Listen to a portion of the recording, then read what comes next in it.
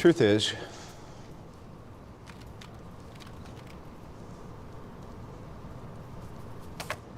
I am Iron Man. It now has been over 15 years since the release of Iron Man and the first film of the first Marvel phase, aka the beginning of something great. Just days ago, Kevin Feige and Jon Favreau sat down to discuss how far the studio has come since their very first independent Marvel film. They discussed on the likings of Robert Downey Jr. and Iron Man respectively, and they mentioned Fantastic Four and what character RDJ initially auditioned for. It wasn't really until we cast Robert that we knew what the take was. And once we cast Robert, every decision became a lot easier, Favreau explained.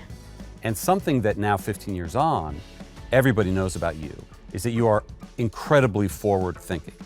I remember having a conversation with you early on. You were talking about, basically, and not in these words, the power of IP.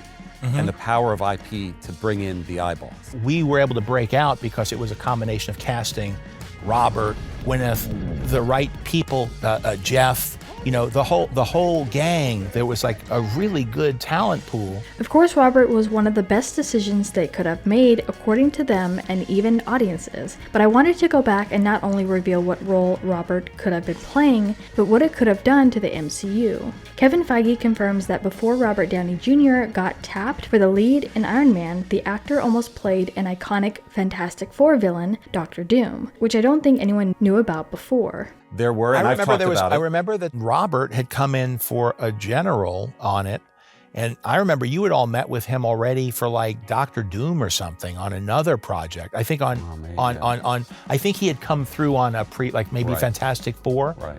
So everybody sort of knew who he was, and I remember sitting down with the guy, and I was like, geez, he just got it in it. He's got that spark in him and his eye, and he's ready. Of course, we know that the role went to Julian McMahon, and the overall film kind of scored poorly, with many people saying that the film just didn't have that spark. So no fault to the cast, but something tells me that if Robert Downey Jr. had had the opportunity to play this part, the reviews would have been very different.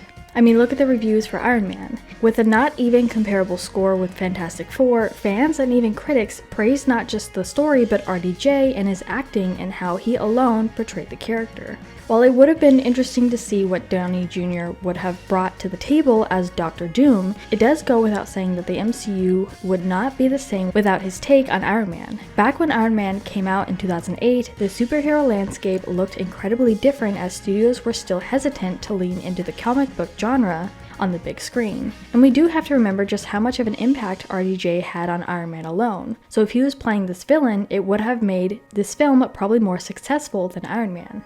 It wasn't really until we cast Robert that I fully understood what the take was. And once it was Robert, then it was like, I know what every decision became a lot easier. Should we talk about that? Because I think that's probably one of the greatest decisions in the history of Hollywood. When Downey brought Tony to life in the film that would help shape the MCU into what it is today, he was one of the movie's biggest draws and points of praise. Without Downey Jr. and what he added to Iron Man, the MCU could have been perceived very differently. As we know, Robert Downey Jr.'s last appearance on the big screen in the MCU was in Avengers Endgame, and since then he has done a few projects like Dr. Dolittle, Sir, and Oppenheimer, which is actually in post-production as of now, and even going to be appearing in a television series, The Sympathizer, where he plays as a recurring character in several antagonist roles. And if you are getting your hopes up and being able to see RDJ in the upcoming Avengers films, no word, but is highly unlikely.